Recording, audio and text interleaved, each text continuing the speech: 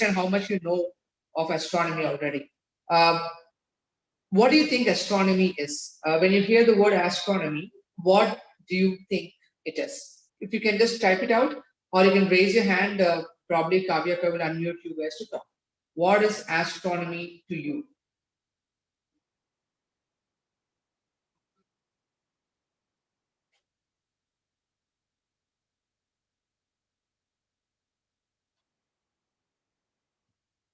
Study of space, Mirza, others? I'm looking for answers. Like it's going to be the more you answer and more you interact, I'll be able to talk accordingly. Space study, study about space. Okay.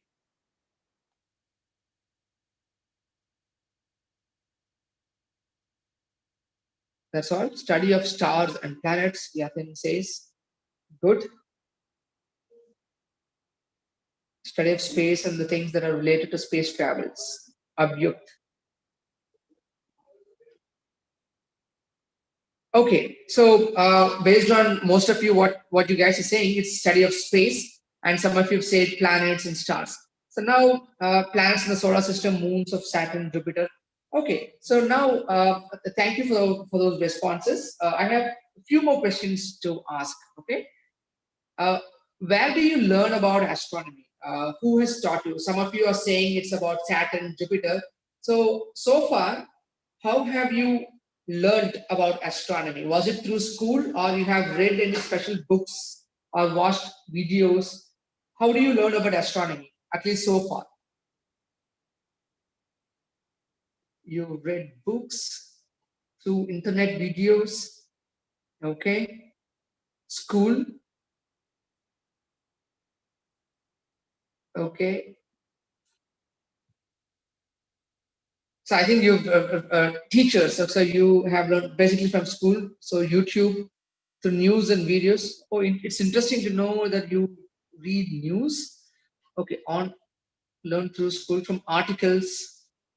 Okay, that is great to know. Just getting some idea of what you guys, where you guys generally read from. Okay, so let me tell about myself. I'm Obli. I'm sure Kavya introduced me as well. So I have huge interest in astronomy, and I've been into learning about stars, planets, and stargazing since 2014. So for the last 6-7 years, I'm into this field. So my primary thing is to teach kids like you, and also to share information on the space, stars and planets to public as well. Okay?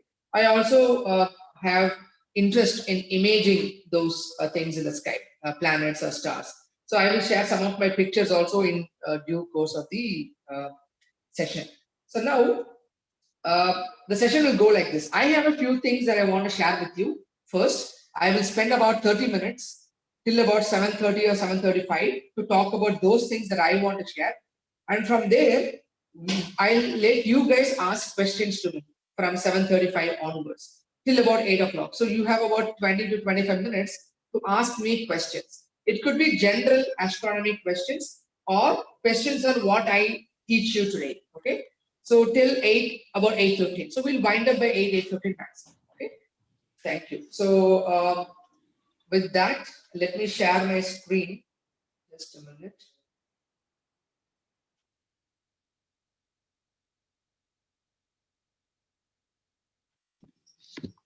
Obliana, sorry to interrupt. Can you turn on your video so that the kids can see you? Just a minute. Okay. I almost forgot.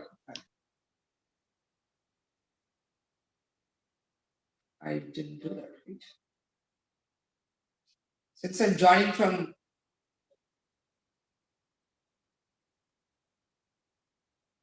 is it clear, my video? It's not visible, my video? Anna, just give me a minute. I'm unable. In the exam account. Yeah, I don't think it's visible. Okay. Some issues with my camera, I guess. So I'm using two systems, so it's sort of confusing for me while I'm looking at. So this should be okay, right? Yes. Yes. Okay, right. Okay, then I'll turn off the video from the other. Right. Okay. So let me share my screen. I might be looking at my laptop, so it might look like I'm not looking into the screen because I'm using my phone as well. So let me share my screen. Okay. So these are the things that I'm planning to cover for today in the next 30 to 35 minutes. Uh, so now, when we talk of astronomy, it is one of the oldest sciences. People, as long as we know people existed, people have been looking up at the sky and they've been wondering what is in the sky, what are those stars, what are those points of light in the sky. Okay, so in that, when you look at the sky, when you talk about astronomy, it is not just about the night sky, right? So we have both the day sky and the daytime and the night time. Of course, during the daytime, there's not nothing that you can learn about. There is only one thing that you can study in the daytime. And what is that? Daytime. What is the only thing that you can study during the daytime? The sun. Yes, there are other things, of course, that you can study during the daytime as well. But at least for us to see visibly in the naked eye, it's only the sun that we can. So sun is also a star. Okay, so when we talk of star gazing as part of astronomy, looking at the sun is also stargazing because sun is the closest star that we have, and also supports the life system here in the solar system. And also always remember, never look at the sun directly with your naked eye. It is harmful. You always need solar filters to look at the sun. Okay, probably except during a sunrise or sunset when there is a lot of cloud, you might probably get to see the sun. Okay, but never look at the sun directly with your eye because it's going to hurt your eyes. So there are special filters that we will use to observe it. But the sun is the only thing that we can study with our naked eye during the daytime. Once the sun sets and the twilight falls and the sky turns dark, as we are talking right now, the sun is set. I assume wherever you are, wherever you're joining from, the sun is set, I assume. So once the sun sets, you get a sort of the brightness of the sky falls, right? You call it twilight. And about 2 hours of 1.5 hours after sunset, the sky really turns dark. And particularly if you don't have the moon. Today you will have the moon. If you are in India and if in the northern hemisphere, if you look at the sky, you will have the moon already in the sky. Okay, the moon is nearly half moon phase. But remember, imagine that you don't have moon in the sky and the sun has set, and it's been 2 hours since the sun has set. Then you will have a really dark sky, and provided the clouds are also not there.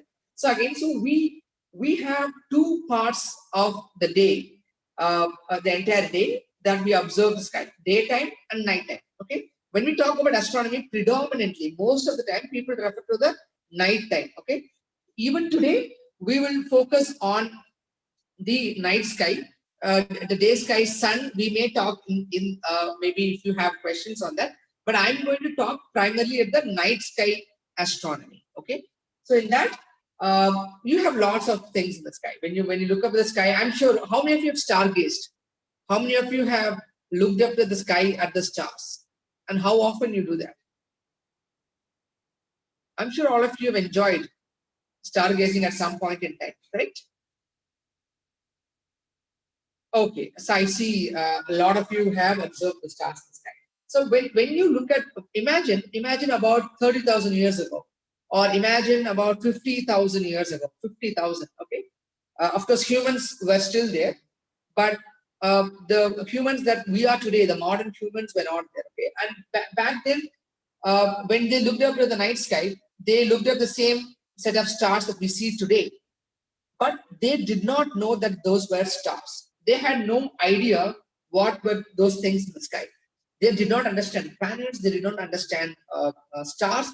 All they knew was, there was a lot of lights in the sky, and some of them twinkle, some of them don't. That's all they knew it. This is because of what they knew, whatever they thought. Okay, let me. I'm audible, right, Kavya? So I'm just keeping my. Anna, yes, you're audible. Right. Okay. So back then, about 50,000 years ago, people just knew that those were points of light, and some of them twinkled, some of them didn't. That's all. Today we call them stars. The very reason we are calling them stars is because we know them. You guys call them stars. How did you know? Because you've been taught. That those were stars, and you know those are planets because you've been taught again. And some of them twinkle, some of them don't. That's all. Today we call them stars. The very reason we are calling them stars is because we know them. You guys call them stars. How did you know? Because you've been taught that those were stars, and you know those are planets because you've been taught again. But imagine there would have been a time where people did not know that they were stars or planets. And there would have also been a moment where it was for the first time that people were trying to study it, or people were trying to understand that those are stars and those are planets. So that is exactly astronomy. Astronomy is like, you observe the night sky and you locate different objects in the night sky, and you start understanding what each of those points are. How will you tell a star from a planet in the sky? And how will a satellite look in the sky? What is moon? What is the moon made up of? Or what is the sun? What is sun made up of?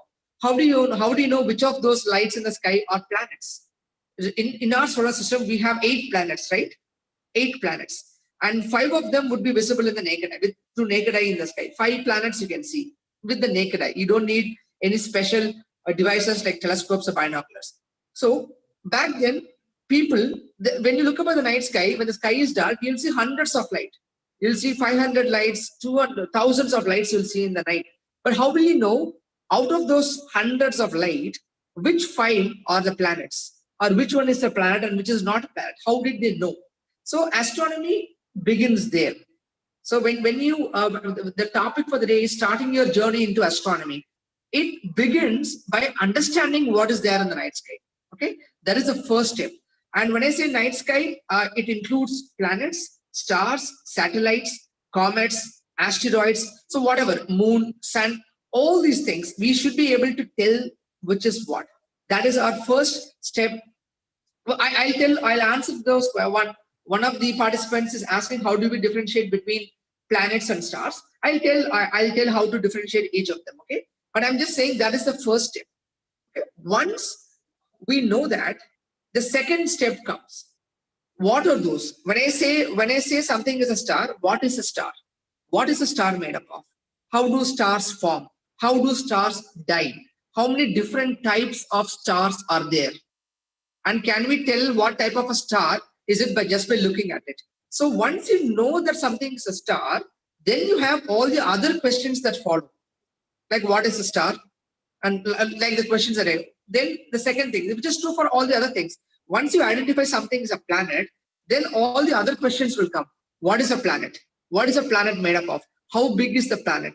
How far away is that planet from the sun? Can the planet sustain life? Is there any life form on that planet? So there's so many things that we will start questioning once you know that that is a planet. Okay, and that is also true for the satellites or asteroids or comets. Once you identify something as a comet in the sky, then the next set of questions will come. Oh, this is a comet. So what is a comet? Why does comet have a tail?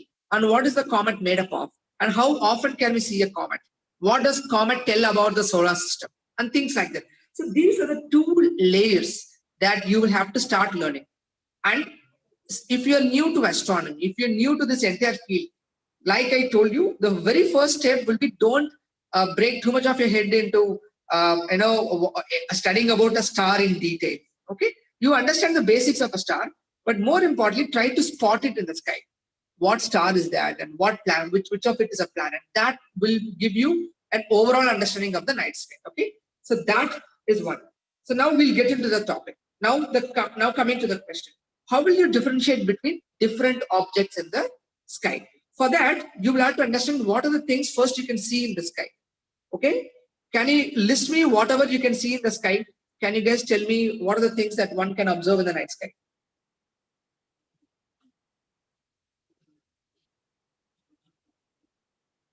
Meteors. Okay, I'm glad somebody is saying meteors. Meteors, comets, stars, moon, planets. Anything else? Moon, comet, stars, moons, anything else? Asteroids, yes. Anything else?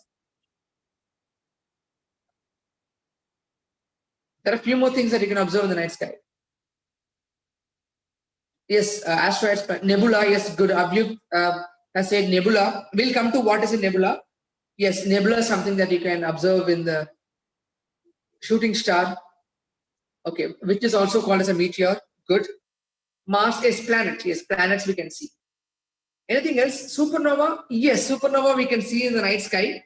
Only if it happens and it is bright enough. But yes, supernova is something that we can see in the night sky. Very interesting, Abhyuk. I see you have learned about few things already, which is very nice to know. Anything else that we can see in the night sky?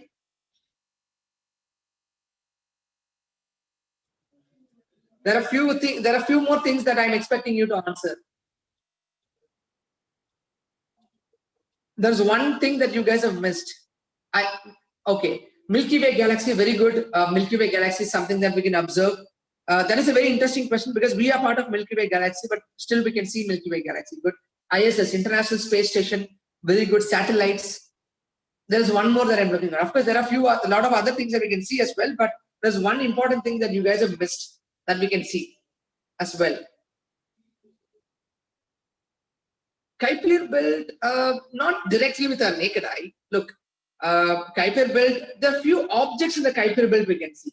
Okay, few objects in the Kuiper belt is something. Sun, of course, sun, no doubt. Okay, I'll tell you the other thing that we can see. It is other galaxies. Okay, the other galaxies apart from Milky Way galaxies, there are thousands of galaxies and billions of galaxies in the universe. Right?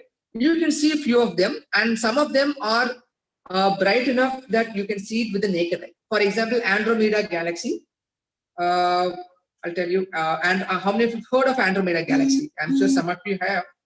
It is the closest galaxy that we have. It's a neighboring galaxy. So Andromeda is something that we can see with the naked eye, provided you are located in a very, very dark place. And there are other things like star clusters. You call them star clusters. It's not star, it's a group of stars that are very close to each other in the sky. For example, Pleiades is something that is a group of stars that would be visible to the naked eye in the sky. Okay, star clusters, galaxies, and every other answer you guys have told me, like asteroids, meteors, comets. Okay, so now, how many of these, you've said a lot of these things, right? How many of these have you seen it by yourself with the naked eye? In whatever you have said to me, how many of these things have you observed? What are the things that you have observed in the night sky? Constellations, yes, constellations. You can tell me which constellation also, like what are the constellations and what planets have you seen? What stars have you seen? What comets have you seen? If at all you've seen a comet. So you can just tell me, okay, Ursa Minor, Ursa Major, Leo, Orion. You've seen, some of you have seen shooting stars. Very good. This is an asteroid belt. Okay, you've got a telescope. Very nice to know.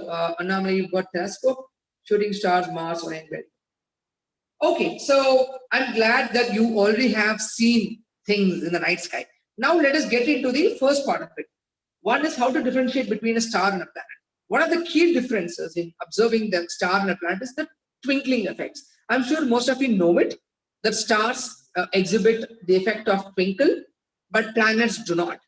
However, this might be a little confusing because planets can also appear to twinkle if they are low in the sky. Okay, so like the sun, we can say the sun rises in the east and sets in the west, right? For it of course rises in different directions throughout the year, like from northeast to southeast. But for now, let's take that sun rises in the east and sets in the west.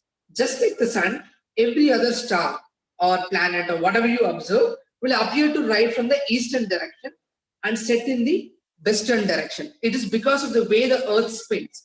Earth spins from west to east. So as we spin from west to east, everything will appear to move in the sky from east to west. It is like imagine you are moving forward. When you move forward, everything else around you will appear to move backwards. Correct? Can you understand this? When you move forward, everything else will appear to move in the opposite direction. Let's say a tree along the roadside or a mountain or whatever it is. If you are moving forward, those things will appear to move in the opposite direction. Similar to that, since the earth is spinning from west to east, earth is spinning from west to east, everything will appear to move in the sky in the opposite direction. That is from east to west, which is why you see the sun to be rising in the east and setting in the west. And that is true for all them. You imagine planets, Mars, Saturn, Jupiter, or any star, they all will appear to rise in the east and appear to set in the west. That is to do with the spin of the earth. Okay. Now, how do you differentiate between a star and a planet? I told you twinkling effect. But again, the twinkling effect is only not there for planets. once the planets are high in the sky. If let's say the planet is just about rising in the sky, let's say it is very low in the sky, just rising. All of you remember, right? When the sun rises, it is very low in the sky. After some time, after a few hours, the sun will come high in the sky. Okay. Similarly, the planets will also start rising low in the sky. And when they are low in the sky, the planets can also appear to twinkle. Okay, because okay, the reasons I'll tell you later. But when they're low in the sky, the planets can also appear to twinkle. When they come up a little, maybe 1 hour after they rise, 1 hour, 1.5 hours after they have risen, then the planets will put on a steady glow of light. It will be like a light turned on. In your house, when you look up at the light, does your light twinkle? Does your light in the house appear to twinkle? No, it just appears to glow steady, right? So the planet that you look in the sky will appear to be steady. If you look at Saturn or Jupiter or Mars, they will look like one light turned down in the sky with no twinkling. But planets, on the other hand, they twinkle. They keep changing the brightness. They glow brighter. They get dimmer, brighter, dimmer. So they keep changing. So that is the principal way, a primary way in which you can differentiate between a planet and a star. Okay. Now, secondly, planets. Okay. Let me tell you the second way to identify a planet from the stars is that the planets will keep changing their position throughout the year. Okay. When I say throughout the year, how many of you know Orion's Nebula? Okay. How many of you know Orion's constellation? Have you seen Orion's constellations? Have you guys seen? How many of you have seen Orion? Okay. So those of you who have not seen, how many of you have not seen Orion? How many of you have not seen? Okay. I want you. Okay. Right. Let me show you an image of it. Just give me a minute. Kavi, I'll just share the screen again. Just give me a minute.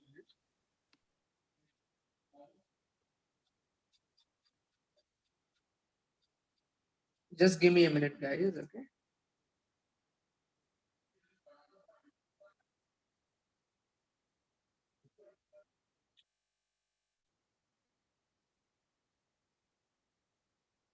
Okay. Is my screen visible, Kavya? Yes, no. Okay. This is one of the images I've taken. Okay. So in this, you can see Orion. So you see these 4 stars I'm pointing. 1, arrow mark. You can see the arrow mark, right? Yes, 1, yes. 2, 3, 4. These 4 stars, and you can see 3 stars across. Okay. This is called Orion's belt. Those 3 stars appear to be belt of an imaginary hunter. And this region here, if you see these another set of 3 stars, that is Orion's Nebula. Okay. So this entire set of stars right here till here, you can see this is the sword part. This set of stars, this entire group of stars, we call it Orion's Nebula. Okay.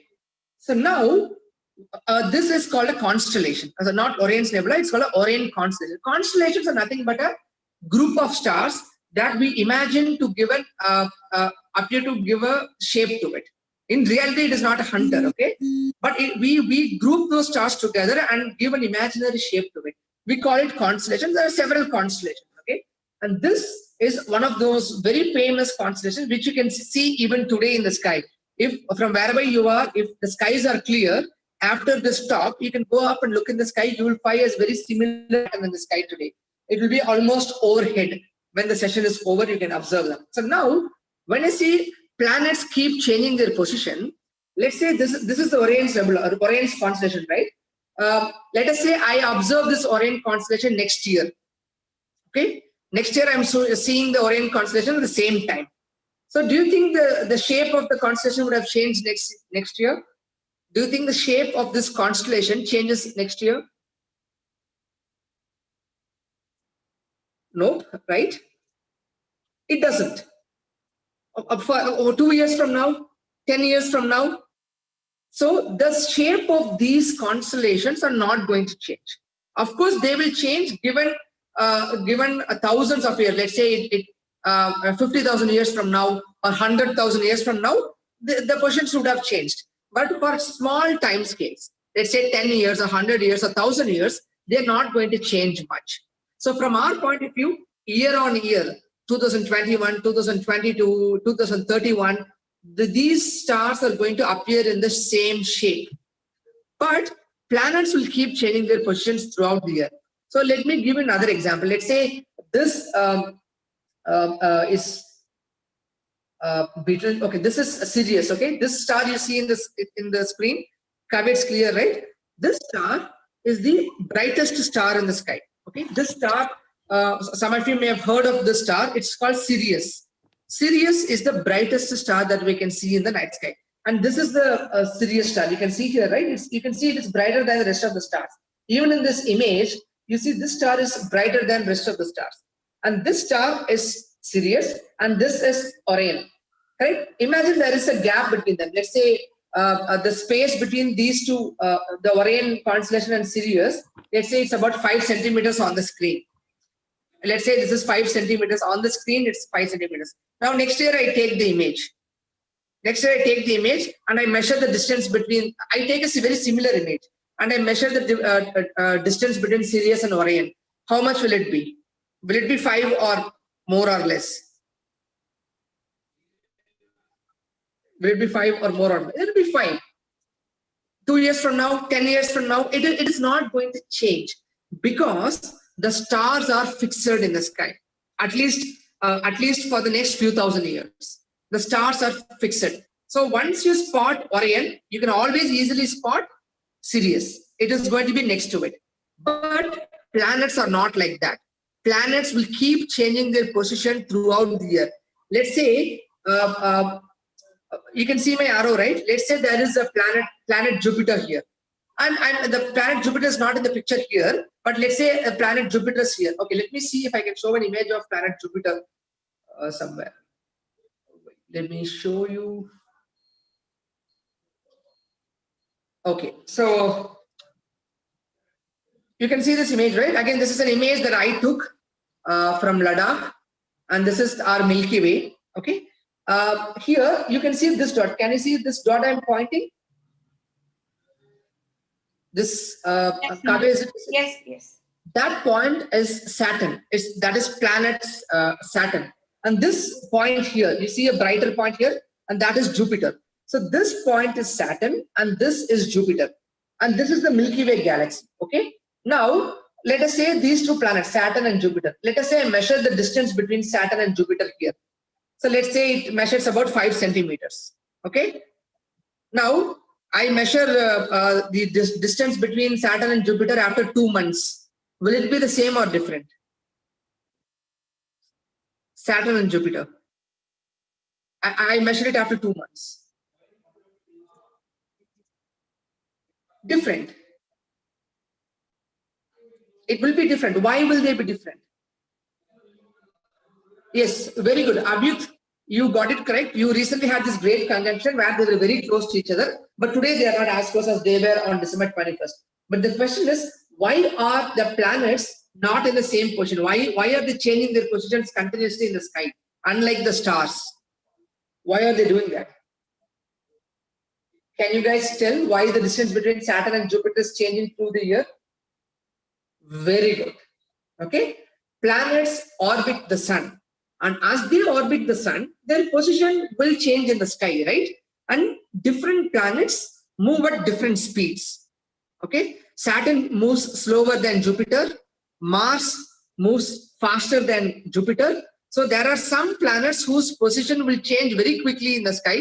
Some planets whose position will change in the sky, but they change more slowly. For example, Uranus, Neptune, and Pluto, they're very far away. So their position will change very slowly in the sky. But Mercury and Venus, for example, they're very close to the sun. They orbit very fast. Mercury takes only about 88 days to orbit the sun. So their position will change very quickly in the sky. Okay. But stars, no matter 10 years or 100 years or 20 years, their position is going to be same in the sky. So that is the other way to differentiate between a planet and a star. Okay. Now, here is the interesting part. Do you know why they named planets planets? Why is the name planets given? What does the word planet mean?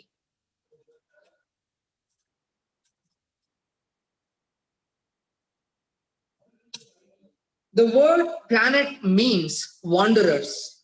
Okay, it comes from the word planetes, planets means wanderers. So now do you understand, or do you can you recognize why that name was given? Because they keep moving, they keep wandering. So the people 50,000 years ago or 10,000 years ago, people before they knew that what was a planet, they knew that there were few points in the sky that kept changing their position through the year, unlike the other points. All those other points which did not change their positions, they call it stars. And all the other points which kept changing their positions, also they were not twinkling. Those objects were categorized under the word planets. They called it planetes. So this is the primary way to differentiate between a planet and a star. Did you guys understand so far what I've taught? Shall I move to the next part? Okay. So now there are other things in the sky that might be of interest to you. One of the other things is satellites. Okay. And when it comes to satellites, there are two kinds of satellite. One is a natural satellite. The other is man-made satellites. Natural satellite, the one that we have is our very own moon. I can show you some images of that. See, this is our moon. Okay. So this is our moon. This is the image I've taken about maybe a year ago or something. So our moon is our natural satellite, and then we have something called as man-made satellite. Okay. So now in this picture, can you see this picture? Right, Kavya? Yes, now we see. Yeah. So in this picture, you can see there are 5 objects. This is a picture I took on April 19, 2020. So in this picture, you can see there are 4 objects. One is this is the moon. Okay, it is very small in size. Then you have Jupiter, Saturn, and Mars. Okay, Jupiter, Saturn, and Mars, and then you have a small line, a very thin line. Can you see that? That is nothing but International Space Station moving across the sky. Okay, International Space Station is this man-made satellite that is orbiting the Earth. It orbits the Earth every 90 minutes. It takes only 90 minutes to go around the Earth once, which means it is extremely fast, and it is at about 420 kilometers from Earth. 420 kilometers from Earth. It is that far away, and it orbits. And even at that distance, it is visible because ISS, International Space Station, is a huge satellite. It is probably as big as a football ground, including the spectator area. So it is as big as a football stadium, International Space Station, and it can reflect the sunlight so that we're able to see. So this is able to move. So this line is a long exposure shot. So I took this image for about 30 seconds. So I exposed my camera for 30 seconds. In those 30 seconds, the space station has moved across the sky like this. Okay, and that's why you see a line. But all the other things have not moved because 30 seconds is not much. The Earth doesn't spin that fast for them to become like a line. Okay, so this is again another thing. So you have 2 kinds of object. One is a natural satellite, and you have a man-made satellite. Man-made satellite will look like a point of light moving in the sky. It will be like a steady. It will be like planets. And by the way, you always remember satellites also don't twinkle. When you observe International Space Station in the sky, it will not twinkle at all. It will be like a planet, like a steady light. It will be like a light, but it will keep moving. It will be very much like a planet, but only that it will be moving across the sky. So next time when you look at the sky and you see something and that is not twinkling, but it moves, then you can confirm that it is a satellite. And when I talk about movement of satellites across the sky, you should always remember that sometimes there could be an illusion. Sometimes there could be clouds in the sky, and the clouds are actually moving. When the clouds move in the sky, it will look like the points above, they are moving. It's a trick that sometimes our eyes play on us. When the clouds move, we actually think it is the point itself that is moving. It's just like how when you're in the car or when you're in the train, when you see another train moving from your window, you will think that you will also have a feeling that you are actually moving. But only if you, after some time, you realize that you're not actually moving, but it's the other train that is actually moving, giving you a sense of you moving. Okay, a similar thing can happen with the moving lights in the sky. When you have clouds and the clouds are moving, it can also give you a feeling that the point above that cloud is also moving. Okay, so that you don't confuse it with a satellite. How do you clear that? You have to wait for the clouds to clear out and then observe the point. Then is it really moving or not? Okay, and also these points will be moving very fast in the sky. Okay, they'll be visible for about 3 to 4 minutes in the sky maximum. Some satellites will be visible only for about 30 seconds to 1 minute. Okay, so that is how you differentiate a natural satellite and a man-made. I mean, between the man-made satellite and natural satellite. Natural satellite is only one we have, which is the moon. And there are satellites for other planets also, like Jupiter, Saturn. They all have their own moons. Okay, I'll probably show you the moons of this. This is again, I'm not sure how clear it is visible to you guys, but this is planet Jupiter, and you see 3 dots around it. Those 3 dots are natural satellites of the planet, of that planet Jupiter. Okay. Okay, so now I think I already have a question. What is that question? How do we differentiate between a shooting star and an artificial? It's a very, very good question, Abhyut. Okay, one thing. Okay, this since you talked about shooting stars is. Can you see the screen now, Kavya? Yes, na, yes. This is the image of a shooting star that I imaged on April 30, 2020. I uploaded, I think, 30th of August 2019. That's when I imaged this shooting star. So you see, shooting star, when you see them, there are two ways to differentiate between a shooting star and a satellite. Satellite will be moving slower than a shooting star. In fact, shooting stars are extremely fast. They will appear to be only for a fraction of a second. Shooting stars will appear and disappear instantly. They will just, the moment you see them, a second later they are gone. But satellites, you can observe them for several seconds, like 30 seconds to 4 minutes. So it's like a satellite is going to be like a point that is slowly moving across. Okay?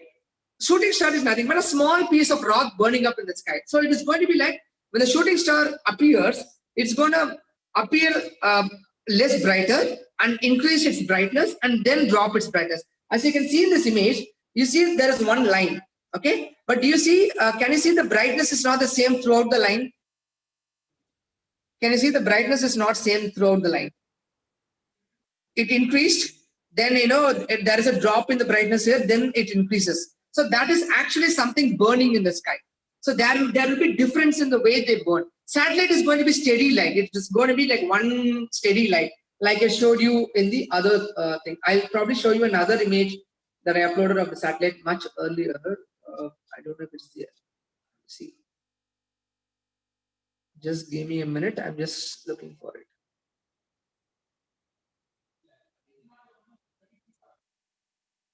You see, now in this image, you see a straight line. Do you think there is a shooting star or a satellite? Is there a shooting star or a satellite? Correct? Others, Abhijit said is satellite. Others, is this line a shooting star or a satellite? Satellite, it has the same brightness throughout. Okay, so very easy to differentiate between a satellite and a shooting star. I'll show you another image. Okay, tell me whether it's a satellite or a shooting star. It is more challenging. I'll show you all these images. These are images I've taken. Probably, I think. Can you see this line? Is it a satellite or a shooting star? I think I've written here anyway, but. It's a more difficult thing. It's a shooting star because you see it starts here, very less brightness, and slowly the brightness increases, and towards the end you see again the brightness drops. Okay, so again it's a shooting star. Okay, the middle part, exactly the middle part of it is more brighter. Okay, this is this meteor I got it just about a month back. The Geminids meteor shower that happens every December. So this was taken last December 14th last year. Okay, so yeah, so I think that was it about difference between a shooting star and a satellite. Now, what are the other things that is said? Asteroids, but trust me, asteroids are very difficult to spot in the sky. Okay, they are really very difficult to spot because they are very small in size and they don't reflect much sunlight. So it's very difficult to spot an asteroid unless you have a very powerful telescope to observe these things. Okay. Now, there are other interesting things like some of you said comets, right? Have you guys seen a comet? Have you guys seen a comet? Okay, fortunately, I have seen a comet last year. Okay, and that comet was like once in a lifetime type of comet that we have. And so, how do you think you can differentiate a comet and a shooting star or a satellite? What is the distinct quality of shooting star?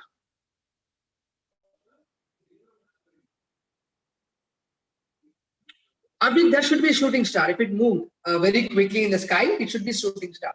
So now, how will you differentiate a comet? How do you think? No, comets will not appear for a fraction of a second. Comets will be in the sky for a very long time. In fact, the comet will be in the sky for months together. Okay? If you see the comet today, tomorrow also you can see the comet. Day after tomorrow also you can see the comet. Because comets are not something that happen in the night sky, in the atmosphere of the Earth. The shooting stars are nothing but small pieces of rock burning in the Earth's atmosphere. They come, enter the atmosphere, they burn up very quickly. But comets are not like that. Comets are like other planets.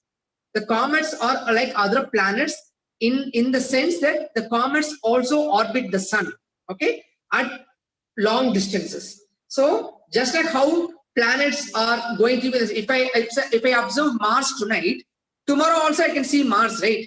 Day after tomorrow also I can see Mars. It is only over weeks that the Mars sort of position will keep changing. Similarly, for comet also, it's not going to change in one day. It's going to take a few weeks for the position of the comet to change in the sky. So comet is one clear difference between comet and a satellite or a shooting star is that comets are very slow in the sky. They're not as slow as the planets, but they are like slow enough for us to keep seeing them for a few weeks, okay? They move very fast. Even planets move very fast. Look, even planet, let us take planet Mars, okay? Mars travels at about 20 kilometers per second. Do you know the speed of Mars? It's about 20 or 25 kilometers per second. It's extremely fast. If you want to know in kilometers per hour, I think it is about 50,000 or 40,000 kilometers per hour. That's the speed of Mars in space. But still you can see it every day. So it is the distance that matters, correct? How far they are. It is not like the Mars is right next to me in the next street and it's moving at 40,000 kilometers per hour. This you can appreciate when you're driving on the highway in your car. I'm sure you have experienced this. When you're driving on the highway, on either side of the road, let's say you have trees, okay? And as you're driving on the highway, the trees will appear to move behind, right? As your car moves forward, the trees will appear to move behind, right? And the faster you go in the car, the trees will appear to go behind as fast as they are. But at the same time, if you look at a mountain that is very, very far away, from the same car you sit and you observe a mountain that is very far away. Do you think the mountain is moving back as fast as you are moving in the car? It goes slower. The distance does matter, okay? And also how big it is. And you can relate to that. So now that is the difference between comet. Now let me show how a comet actually looks like. I've again had the opportunity to image a comet. I'll show you guys. Okay, so see here. So this is the comet.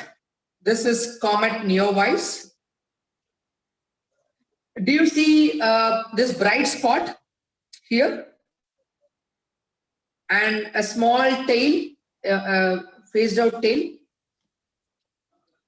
Yes, so this is the comet that I imaged it, I think, when was it? I think it was in July last year, July 2020. So that's when I imaged it. You see, this, I'll show you some other pictures also. So this is a closer picture of a comet that I imaged. You see this bright spot and you see a faint tail. Okay, this is not something that will appear and disappear in the sky. It will stay in the sky for weeks. You can keep observing it, okay? But it is faint, you may need a binocular to see it. And this is then called the nucleus of a comet, the central main part of the comet that is burning. And this is the tail that is left over by the comet. There are other images. You can see this is not very clear, but you can see the comet's tail here clearly. The comet and its tail. This comet was called as C2020 F3 Neowise, Comet Neowise. It was shot in July last year. So now this is how a comet will look like. So next time when you look at the sky, something like this, and at the speed that I said it would be moving, you can for sure assume that it is a comet. Next comet, we'll get to see one this year, but I'm not sure if it is going to become bright enough. Okay, one of the primary reasons that we don't see a lot of comets is that it doesn't become bright enough for the naked eye. You can see it through binoculars. If you have binoculars, I'll keep you posted. You guys can subscribe to Mango Science Radio. I think Kavya can get you to that. We will keep your information posted on that. So this is how a comet would look like. Again, this is another picture of the comet. You can see the, I don't know if the tail is visible here, but yeah, a very faint tail. Okay, 26th of July, here's the date, 2020. So yes, so that's all about the different things in the sky. I think I may not be able to talk about all the things today. I'll talk about few more aspects today, and probably we'll have a part 2 of the same session. Maybe some other time. Kavya, we can have a second part of this on binoculars and telescopes and things like that. Now I'll stop with naked eye observation. Still naked eye, I'll tell you. Okay. So now there's another important thing that we will have to. Kavya, is that fine? Because we have only 20 minutes and we need questions also. Yes. Anna, can you tell us what we can see right now? Yes, that's exactly what I'm going to talk next. So now, in the next, after this, you see this part, what, when, and how. Again, this is a very, very important thing that you guys will have to keep tab of. But fortunately, you guys don't have to break your head too much, because there are very good Android apps or iOS apps that you can download that will tell you what is in the sky right now. Okay, but it is always interesting to know how to identify what will be in the sky. So I'll just give you a very quick example. For example, Orion the Hunter. Right now, if you look at in 10 minutes from now, 8 o'clock, if you look at the night sky, you'll see Orion is almost overhead. So when you see Orion at 8 o'clock in the night overhead, you can, it is marking the winter. Right now we are in winter, right? December and January, we are in winter. So December and January, the most prominent constellation in the sky is Orion the Hunter. Okay? Orion the Hunter you can easily see in the night sky. Easily. Okay? And Orion will not stay in the same position throughout the year. Look, when I say Orion will not stay, the distance between Sirius and Orion is not going to change. Okay? But the entire thing will seem to move across the sky throughout the year. Why? Because Earth is moving around the sun, right? Because Earth is moving around. I'll just quickly draw and show you. I'll share the. I'll share. Probably I'll.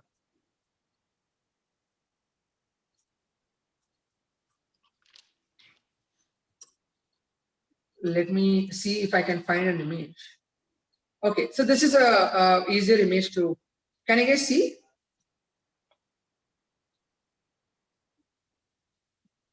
Can you guys see this image, Kavya? Yes, now, yes. Okay, so now this is Earth and this is Sun. Okay, so this side that is facing the Sun, it will have a daytime, right? This will be the daytime. On the other side will be the nighttime. Let's say this is Aquarius constellation and you have Capricornus constellations. So these constellations, Aries, Pisces, Aquarius, Capricornus will be visible in the night sky. Okay, let's say we are right now having the nighttime. Let's say the Earth is spinning. In 12 hours, now we have daytime. So in the daytime, the sun is going to be there. So what constellations are close to the sun in the night sky now?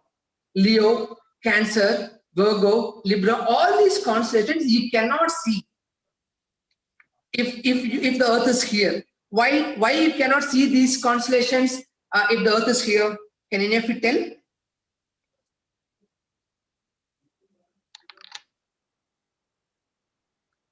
Any of you did you guys understand my question? Yes, because the sun blocks, because the sun is too bright. Because the daytime, the sun is very bright that you cannot see anything else in the night sky. Look, doesn't mean that the constellations are not there in the sky. In the morning, the constellations are very much in the sky, but you can't see them because the sun is so bright. If somehow you can block the sun during the day, you can see this constellation, but you cannot. So now, does it mean that you will never get to see these constellations throughout the year? You will never get to, just because sun is shining bright in the morning, you can see them. How can you see them? How? No, we cannot see in the night. No, because our night time is here only. No, in our night time, we'll see Pisces, Aquarius, Capricorns. This is our night sky. The Earth is going to spin like this, right? When the Earth spins back to night, all we can see in the night is this.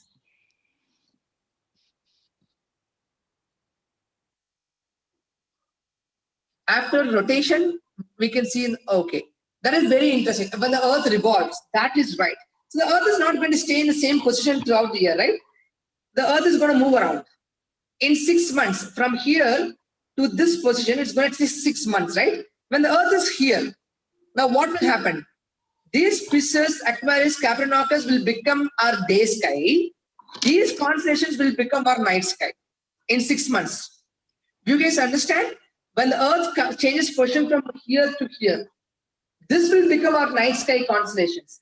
These will become our daytime constellations.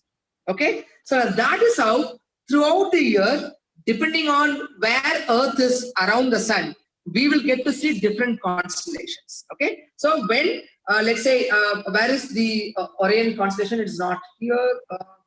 Okay. Orion is close to Taurus. Okay? Taurus, you see this constellation Taurus? You see this V shape here? The central star is nothing but Aldebaran. I can show you Taurus in my diagram as well. Wait a minute.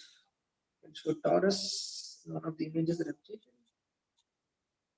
The same image. You see this group of stars, Kavya? This one, can you guys see? Yes. Yes. Nice. This V sort of a thing. So this is Taurus. This group of stars, and Orion is close to the Taurus. Okay, Orion is just to the left of Taurus. Okay, so now, so somewhere Orion is somewhere here. Okay, close by. So when the Earth is here, you can see Orion in the night sky, which means we are in winter. When the Earth is here, the Orion will go into the daytime, which means it is summer. So depending on what constellation you can see in the night sky, you can tell whether it is winter or summer or spring or autumn. So just by looking at the group of stars in the night sky. So that is the power. Look, today we have calendars and weather prediction systems that tell us what season, what months or what season. But before, way before, like several thousand years ago, our ancestors, they used constellations as the seasons. Like if Orion is overhead, they know that winter is coming.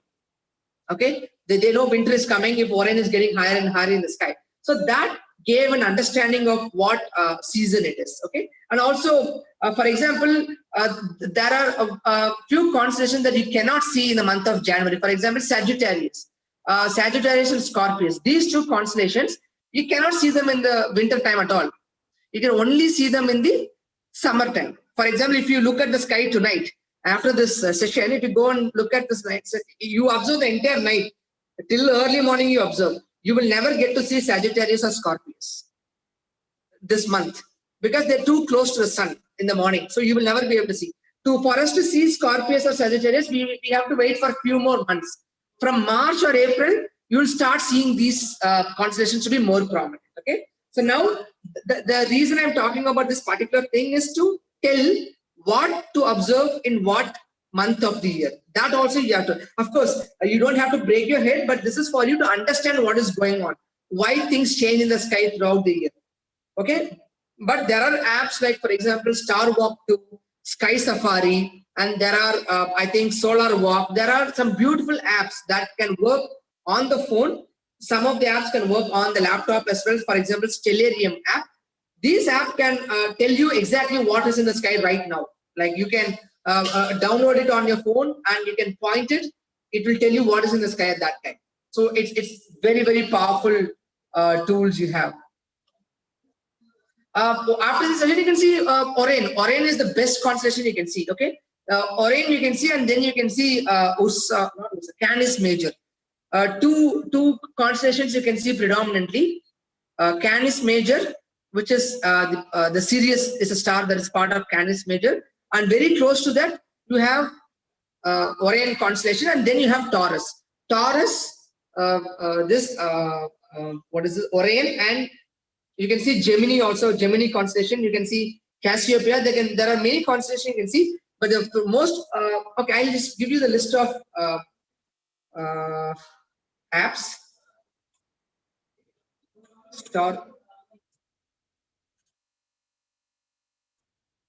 Sky Safari 6. I'm just typing in the type of apps that you can use.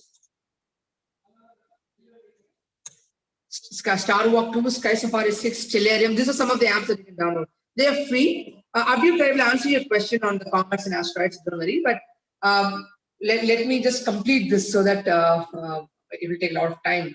So now, how do you, now I've answered first I answered your question, what is it? Correct? I've answered what you're looking at the night sky, whether it's a star or a planet or a comet or what is it. Now, I've also taught you when. Okay, when also, now I've given you a rough idea of what will be visible when.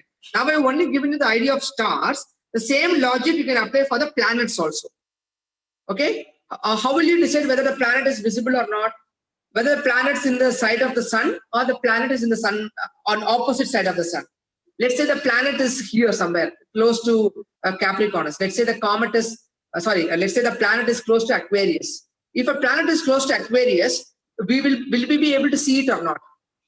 Now, right, given the position of Earth is this, if a planet is close to Aquarius constellation, will we be able to see it in the night sky? We can, correct? Easy. Let's say a planet is close to Leo. Will we be able to see it? If the planet is very close to Leo in the night sky, will we be able to see the planet? Can we? This one, did you guys understand my question? Not Cancer, Leo, next to it. No. So now, once you understand how stars are in the sky, then depending on where the planet is close to which constellation is the planet close to, if you observe, you will be able to tell whether you can see the planet in the night sky or not. So as simple as that. So now I've answered your question of, where is it? I've answered the question of what to see, when to see, and how to see.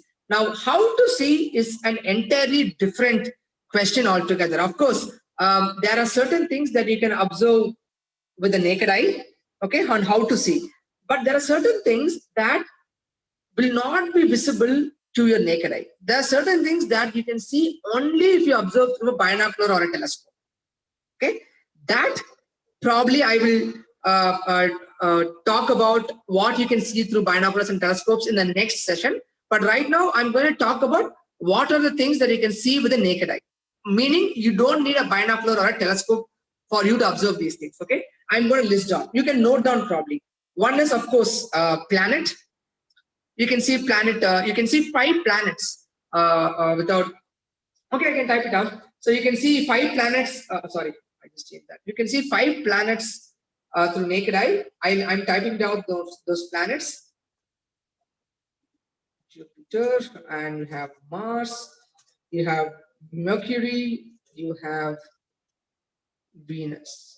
So these are the 5 planets that you can see through naked eye easily. And if you are from a really, really dark location, you can probably see Uranus also. Okay, very, very difficult to see Uranus with naked eye, but if you're in a very, very dark location where the sky is excellent, very clear, you probably may see Uranus. But however, Neptune and Pluto are something that you cannot see through naked eye. So that is why our ancestors did not know that these 2 objects existed. Even they did not mention of Uranus. Even to our ancestors, only till the planets, only till Saturn existed. They did not know about Uranus. They did not know about Neptune. They did not know about Pluto. Purely because they didn't know at all, because they couldn't see. And they didn't have telescopes or binoculars. Only a small binocular could have helped them understand and know of Uranus. But even if you had a binocular, you cannot see Neptune or Pluto. To see Neptune or Pluto, you need powerful telescopes. Even a normal telescope cannot show. We need really powerful telescopes. So they did not know. Our ancestors had no clue about Uranus, Neptune. So that is something out of the reaches of naked eye. Naked eye, you can see these 5 planets. Apart from these, of course, you can see. I'm just typing it out. You can see bright comets with the naked eye. You can see shooting stars with naked eye. You can see wait, I'm just typing it out. Lunar eclipses. Lunar eclipses is something that we can see with our naked eye because it's the moon and the shadow of the earth falling on the moon. So it doesn't require any special equipment to see lunar eclipses. Of course, you can also see solar eclipses, but you need a solar filter. A solar filter is not a binocular or a telescope. It is just a device that will limit the amount of light coming to your eyes. So you need solar filter, but it is very much visible just through a solar filter. You don't need a binocular or a telescope. Okay. Then what else can you see? You can see. Sorry, I'm forgive my spelling error. Satellites is something that you can see again with naked eye. Like for example, International Space Station, or you have a couple of more. There are dozens of satellites that you can easily spot in the night sky. One of the other satellite that you can spot is Hubble Space Telescope. How many of you have heard of Hubble Space Telescope? Hubble Space Telescope is again very similar to International Space Station. That is also visible to the naked eye. You can see them through the naked eye.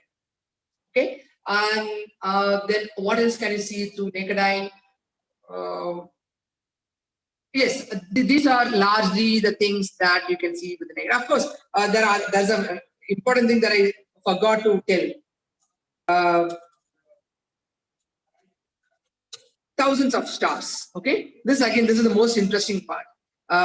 Again, you can see thousands of stars with your naked eye. You don't need telescopes or binoculars. You just go to a dark location, and if the skies are clear, you just lie on your back or on your sleeping mat, look up at the sky, you'll see hundreds and hundreds of stars in the night sky. That doesn't require any special equipment. Okay, and apart from stars, there are a few star clusters also that you can see with the naked eye. Let me. There are a few star. I'll give you an example of one such a star cluster that you can see in the night sky. Can you see this image, Kavya? This. Can you see this region where I'm pointing to? Yes. Do you think it is one star, or does it look like a group of stars? This region. You can zoom in and see probably this one. It's a group. It's a small group. It's not one star. It's like a group of 7 stars. You call them Pleiades. Okay, it's a group of 7 stars. Let me see if I have another image of it. This one. Here. Can you see it? So this, forget about this bright one. This bright spot is Venus planet. Forget about that. But you see other stars, 1, 2, 3, 4, 5, 6, 7 to 8 stars here. That is a star cluster. It's a group of stars called the Pleiades. I'll type it. And it is visible to naked eye. The reason I'm talking about this particular star cluster is you don't need binocular. Of course, if you have a binocular, it looks spectacular in a binocular, but it is also visible to the naked eye. If you have a dark sky, it's easily visible to the naked eye. It's called Pleiades, Pleiades, Pleiades star cluster. Okay, so these are some of the things that you can see through the naked eye. But of course, the moon is there that you can see through the naked eye. So, but trust me, there is so much of things to enjoy in the night sky just with your naked eye. You don't need any expensive binoculars or telescopes to enjoy the night sky. Just if you know what to observe, when and how to observe them, and if you are in a dark location with clear skies, you can start your astronomy journey already. But if you become, at some point, you will want to see more. At some point, this is not enough. You want to see more of it. And that is when you get your hands on a binocular and slowly you get your hands on a telescope, on which I will probably take another session on how binoculars work and what you can see through binoculars. For example, you cannot see Saturn's ring. You can see this image, Saturn and its wings. Again, this is an image that I took through a telescope. I took it in January 2020. So you cannot see the rings with naked eye. And that is why our ancestors never knew Saturn had rings. If you look at any records, take any records, any civilization across Indian civilization, Chinese civilization, you have Mesopotamian, Egyptian, nowhere you will come across where they have known that Saturn had rings. You would not see it because they could not see it. It is beyond the visibility of naked eye. Forget about the rings of Saturn. They did not even know that Jupiter had moons, because Jupiter's moons are also not visible to the naked eye. So Jupiter's moons were also not in any of the records that we had in the early times. And also, once you, with the naked eye, you cannot see the surface details of Jupiter. Here, again, this is an image I took of Jupiter. You can see the bands, right? This image I took very recently. I think I took it on 26th December 2020. You can see two bands. You see these bands? Yes, yes. Yeah. So in one of those bands is the Great Red Spot. Okay, I'm sure you've heard of the Great Red Spot. The Great Red Spots can actually be seen through a telescope, and quite a reasonably big telescope. You can see the Great Red Spot. But with naked eye, can you see? With naked eye, you don't even know what is there on the surface. You don't even know that there are storm systems. Okay. So again, our ancestors, if you go back and look, they would not have mentioned about Great Red Spot at all, because they could not see it, and they didn't have a binocular or a telescope. So they had no clue that there was something called the Great Red Spot on the planet, and also the moons of Jupiter, for example. So the moment you want to understand it, look at, this is again an image of the moon that I've taken. Look at the craters. So much of craters. Okay. Do you think you can see so much of craters with the naked eye?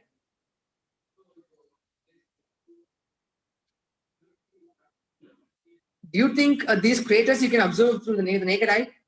Absolutely not. And our ancestors would have no clue that there would be so much of craters. But if you look through a binocular, the moment you look through a binocular, you can see hundreds of craters. The moment you start seeing through a telescope, you can see probably even more craters. So this is again an image I took through a telescope, and that is why you are able to see so much of craters. Okay, and I think I have another image of it as well, but I'm not sure. You see, again, the craters. These things you cannot expect to see through naked eye. It is only possible with a telescope or a binocular. Okay. So yes, again, these are some of the other images that I've taken. These black dots you see on the sun, they're called sunspots. I'm not sure how many of you have heard of sunspots. Those are dark spots that can form on the surface of the sun. Again, I shot this image on 26th December 2020. On that day, I was able to spot 3 sunspots on the sun. So sunspot is a measure of how active the sun is. More the sunspot, more active the sun is. Okay. But again, that is for another day. But these are sunspots. Why I'm trying to tell is you cannot observe these sunspots with the naked eye. You can never imagine. You need a solar filter plus a binocular or a telescope. Only then you'll be able to observe these sunspots. With naked eye, even with a solar filter, it is very difficult to observe these sunspots. And there is another thing that you cannot observe using sunspots. Let me see if I can show you using with naked eye. You see, this is okay. This is the moon, but let me see. Just give me a moment, guys.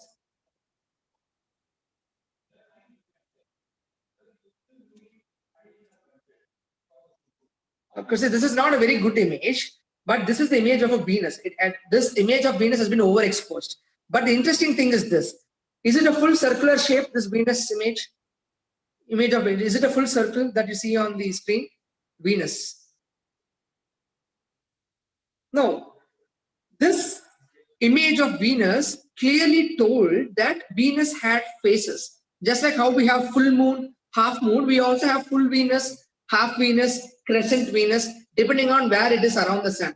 And this was possible only through a telescope. Our ancestors had no clue or idea that there were different phases of Venus. They didn't know it can go into different phases like the moon. Because of course, if you look at the night sky, just with the naked eye, you cannot, it is going to look like a point of dot in the sky. How can you tell whether it has a face or not? Only through a telescope you can see this. Again, so the point is this. I mean, I'm done with my session. I'll show you other images maybe later. There are so many other images I've taken as well. But the point is, naked eye observation, it opens you into the world of astronomy. And I would ideally want you to first familiarize yourself or make yourself comfortable with the naked eye observations. Then slowly start putting this thought into your parents' head to get you a binocular. And these binoculars are not very expensive. They might cost about 3,000 to 4,000 rupees. Okay, a binocular, a decent binocular. Okay, 3,000 to 4,000. So you ask for cycle and you ask for PlayStations and whatnot. Why not ask for a binocular? So which cost about 3,000 or 4,000, probably as a birthday gift or something. So once you have the binoculars, then the horizon opens up. So what you've been seeing in the night sky, with the help of binocular, you can see 100 times more. If you saw 10 stars with the naked eye, you can see 100 stars with binocular. Because the binocular will be able to pick up faint ones, okay? So more on this, I'll continue in the next session. Probably we can have part 2. I'll cover all this, connection of different subjects, binocular telescopes in the next. So Kavya, we'll take questions for the next few minutes and begin. I think there were already a few questions, right? Okay, ancestors. Okay, you want to know what? So ancestors are like people who lived before our generation, like people who lived about 2,000 years ago or 3,000 years ago or probably before that. So those are our ancestors, meaning like people who lived before us. And when I say lived before us, not like 100 years ago, but several hundred years ago. So those are called ancestors. I'll probably tell you the spelling so that you don't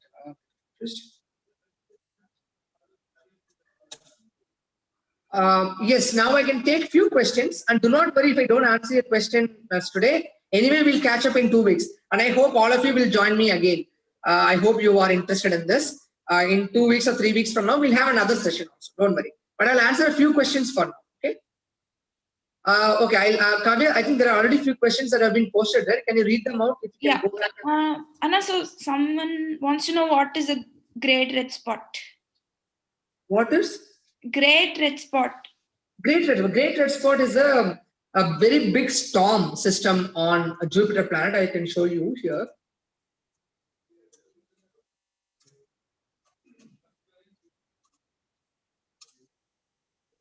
So this is the great red spot. You see this image? You see this big eye? You're not able to see? Yeah, it's visible now. It's visible. So that is the great red spot. It is a very big storm system on the planet. You see here the storm system. You can see that, right? It's a red storm system. That is the great red spot. Okay. Other question, Kavya? Okay. So why stars are very small when we look at them through telescope as compared when we see them with our naked eye? No, it is not like that. See, Yatin, they look the same size. They don't change in size. Okay, normally if you look through a telescope, something should look bigger, right? But the stars are so far away, like so far away that even a telescope is not able to magnify them. Okay, you will see the stars to be only brighter. When you look at the star with naked eye and compare it to the same star looked through a telescope, when you look through a telescope, the same star will appear a little brighter, but not bigger at all, because the stars are very far away that telescope is not enough to magnify them. So they don't appear smaller than with naked eye. The great red spot, it's like you can keep three Earths. Imagine 3 Earths can fit into that great red spot. That is how big it is. It is 3 times as big as Earth itself. I mean, at least along the diameter, along the length. Anna, next question. Why doesn't comets, meteorites, and asteroids fall to Earth due to Earth's gravity?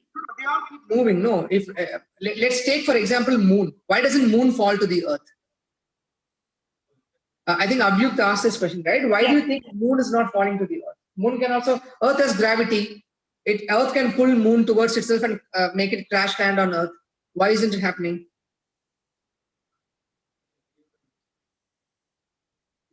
But there is gravity.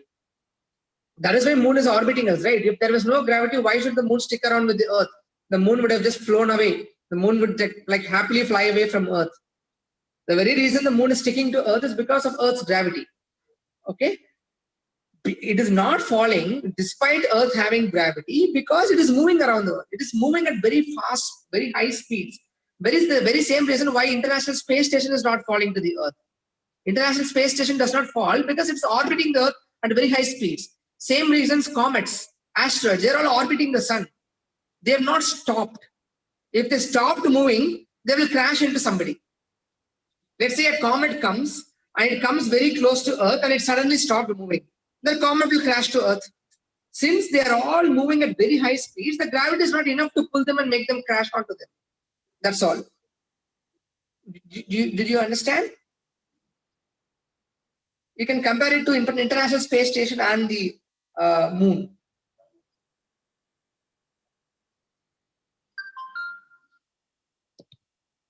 We are rotating. Saranya, Karthik asks, Earth is rotating, but we are not. We are rotating. We are rotating along with the Earth. We just don't feel it. Okay, because we are moving. It's like, I'll give you an example, a very clear example. Let's say you are traveling inside a bus. Let's say you're traveling inside a bus. This is the question asked by Saranya Karthik. Earth is rotating, but why are we not rotating? I'm saying we are also rotating. Imagine you are inside a bus and the windows are all closed. There is no way you can look outside. And let's say there are no vibrations of the bus. It's completely stable. So let's say and the bus is traveling at 100 kilometers per hour. Will you, sitting inside the bus, will you be able to tell whether the bus is moving or not? Will you be able to tell whether the bus is moving or not? How will you tell whether the bus is moving or not? You are inside the bus is completely sealed and there are no vibrations in the bus. How will you tell if the bus is moving or not?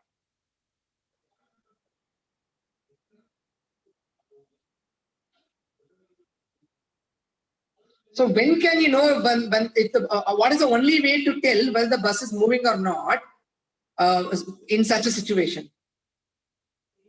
What is the only way to tell? So you may say I have to open the window and look, but if you're not allowed to open the window, what is the only other way? When is the only time that you will know whether a bus is moving or not?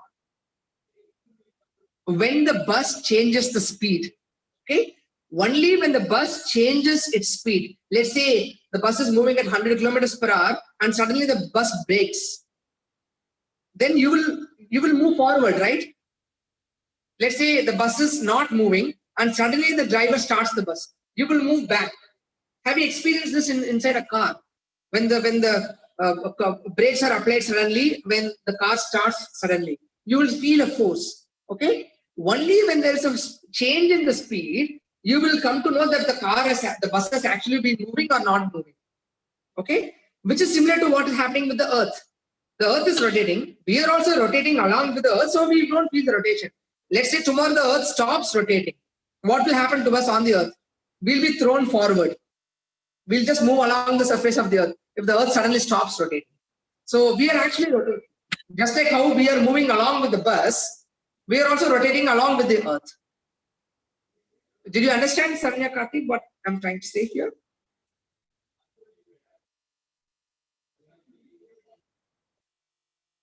A Corona Borealis constellation, I don't know. Maybe it's there. There are totally 88 constellations. We'll just find out.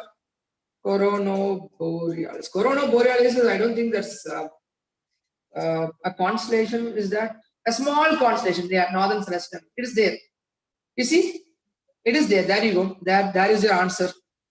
Corona Borealis is a constellation. You see, it looks like this. This one. Okay, it is there. It is there. Yes. FDL, whoever you are, yes, it is there. I just checked up in Google. Corona Borealis is a very small constellation in the northern celestial hemisphere. Yes. Kavya, are there any questions? No, Anna, there are no more questions. But we will wait for 2 more minutes. Yeah, we'll wait for a couple of more minutes and then we will end. Anyway, we'll schedule for a second part of whatever was left out for today.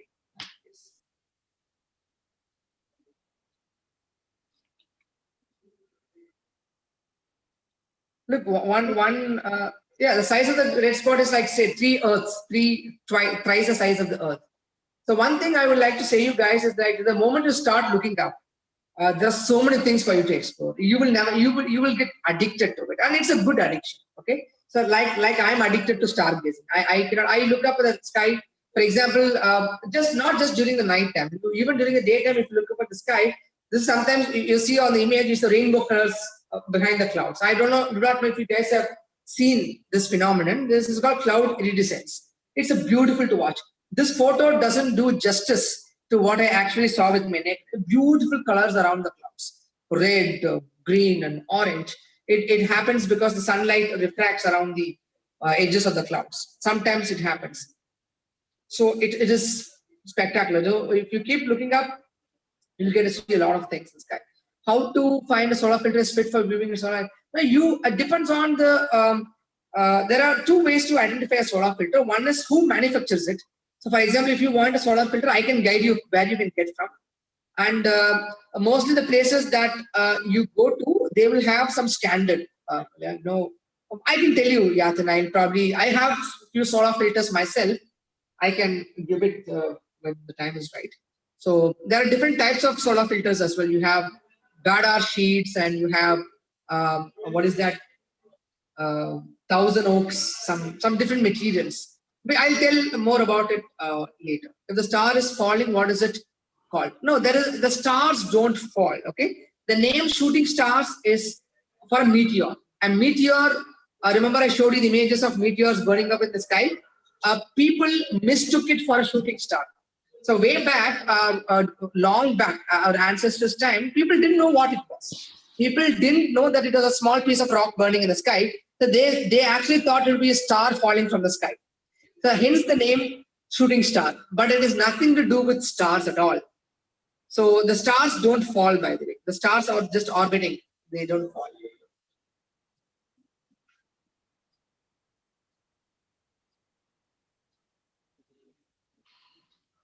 I'll stop my share.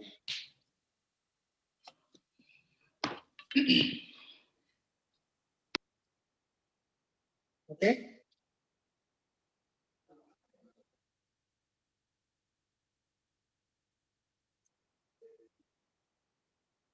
You see another beautiful set of stars. Do you see them? Can you guess what these are? I mean, I showed it already. These are not stars, they are fireflies. They look like stars, like so many fireflies.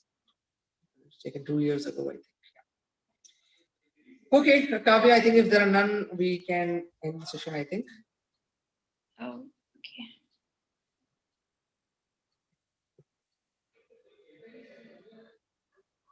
Thank you, Mujiba ma'am. Thank you very much.